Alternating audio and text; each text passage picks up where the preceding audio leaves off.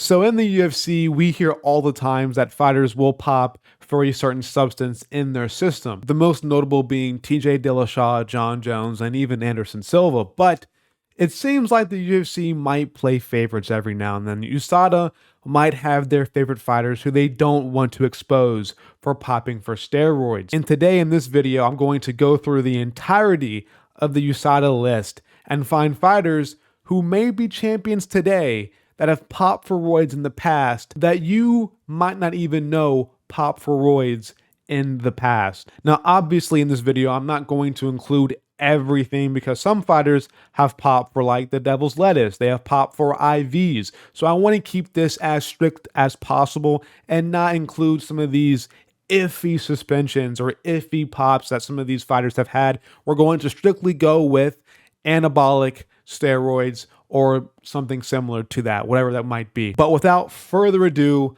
let's dive right into our first fighter who you don't know has popped for roids. Starting off with, we have Islam Makhachev. If you don't know, Islam actually in his first booking against Drew Dober actually popped for a steroid. It's surprising. He popped for meldonium, which is basically a metabolic modulator that improves oxygen transport to the muscles, aiding athletes in both recovery and performance. So that is very shocking. Islam Makhachev has once tested positive for meldonium. Now, don't get me wrong here. This is not entirely the story. Apparently, meldonium was once legal back in the day. Apparently, it was a normal thing to take for athletes, but eventually in 2016, it got put on that no-take list, no druggy, no bad list by USADA. And so it happens, Islam Makhachev popped for that. USADA did an investigation over this, and they kind of came to the conclusion that, you know what, he was being honest, that he really didn't take this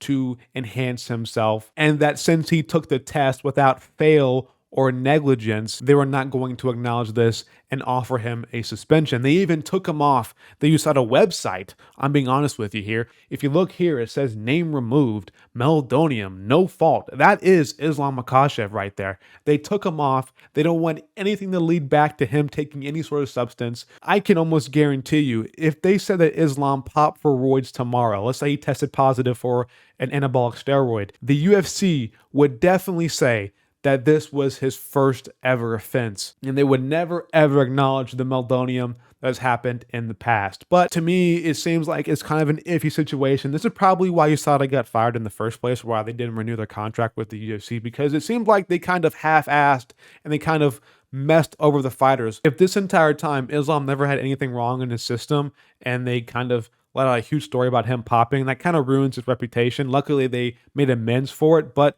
you know, maybe it might be the UFC trying to protect their future star. They saw Islam as this guy who can be the next Habib and follow in his footsteps. So maybe they wanted him to not have this fallback or this sort of criticism on him in his up and coming career. This was back in 2014, I believe. A very, very long, no, sorry, this was back in 2016, not 2014. But maybe they wanted to protect Islam, and that might be some level of corruption there. But Islam has tested positive for meldonium, for a banned substance in the UFC, and had to pull out of that Drew Dober fight when he did pop for that. It really is kind of iffy if he really popped for roids or not. There is some sort of conspiracy theory you can have with this. I don't know. Maybe the UFC was trying to protect Islam, or maybe Islam honestly did not have that much in his system, or that it wasn't.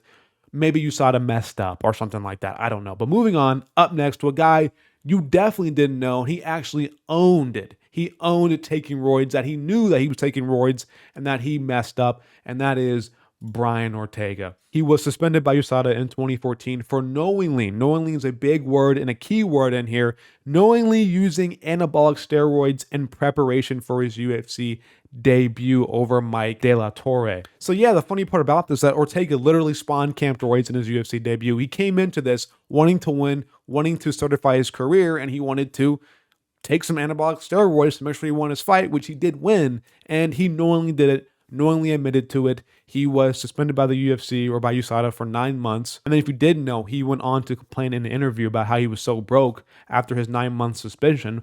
I mean, don't take roids, bro. Don't knowingly take steroids and then complain about being broke when you can't fight for 9 months because you took roids. You got suspended for it, obviously without pay, most likely, because you wanted to be a roid sheet. But I don't see anybody ever acknowledging this. Nobody really knows that Ortega took anabolic steroids in his UFC debut. Nobody really ever knew that about him. It's been totally swept under the rug, man. I haven't had anybody come up to me and be like, Ortega popped for roids. No one has ever said that to me ever. But it's funny, man. Ortega has popped for roids one time in his UFC debut, and it's never been mentioned since, I don't think. But do you know what has been mentioned and one fighter who has popped for roids not once, but twice, and is a current UFC champion? Sean O'Malley, everybody. Let's go. Round of applause for Sean O'Malley. This guy has popped for roids twice. He has popped for Ostarine twice. And the second time, I'm sorry,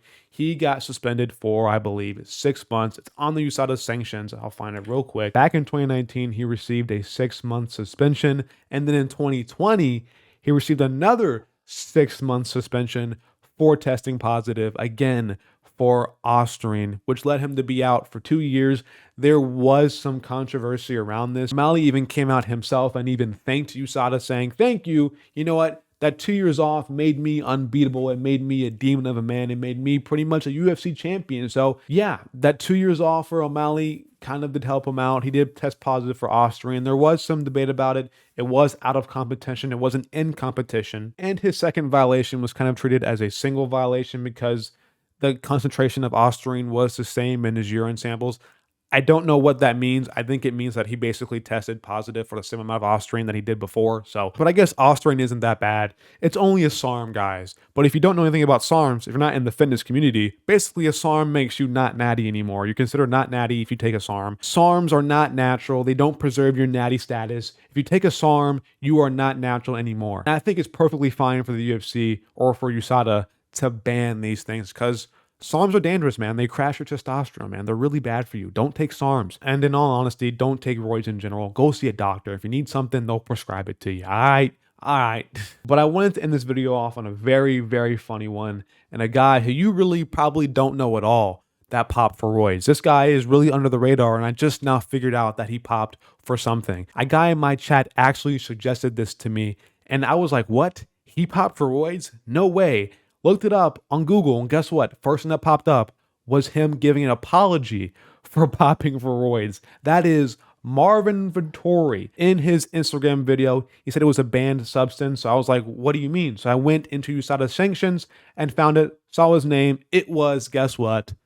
Ostarine. It was a SARM. And here is his apology video about him testing positive for Ostarine. Ciao ragazzi, faccio questo video per informarvi di quello che sta succedendo. In tanti mi scrivete ogni giorno per sapere quando sarà il mio prossimo match e quindi per rispetto nei vostri confronti voglio fare questo video. Il 6 agosto l'USADA è venuta e mi ha fatto un test, Chi Dovere è venuto a casa mia, mi ha fatto un test, io l'ho accolto a casa come al solito, senza nessun tipo di problema. Ha fatto il test e circa 2 settimane dopo vengo informato della mia positività ad una sostanza che era vietata, che è vietata. Casco dalle nuvole ovviamente, perché non ho mai fatto uso di sostanze vietate. So yeah, Marvin Vettori did get caught taking Ostarine. I don't know why these fighters take this stuff without knowing what it is. They claim ignorance a lot of the time, but if you see something that looks like it might be a little bit iffy, make sure that it's good under USADA before you take it. But these fighters just trust whoever, they just take whatever, and they end up popping later and they're like, what? What happened? And this is what happens. And then USADA's like, it was just a little itty bitty bit, picograms, micrograms, it wasn't that much. And you're like, they took it. They took the substance. Or did they or did they not? What's going on here? Are your tests reliable or are they not? USADA is weird, man. They only really catch guys. If you don't know, if you saw a correlation, they only really catch guys early in their careers. Later down the line, they don't catch anybody. When have we seen anybody pop for roids in the top 5 of a division? It seems really sus to me that all these guys get caught really early in their careers, but down the line, nobody's getting caught. Israel Adesanya, who grew a literal breast in the middle of his 30s in a championship fight against Paulo Costa, doesn't test for anything. But Brian Ortega in his debut tests for something. You find O'Malley in his first years of his career was something. You find Vettori was something in his first few fights of his career. You find all these guys really early in their careers, but never down the line.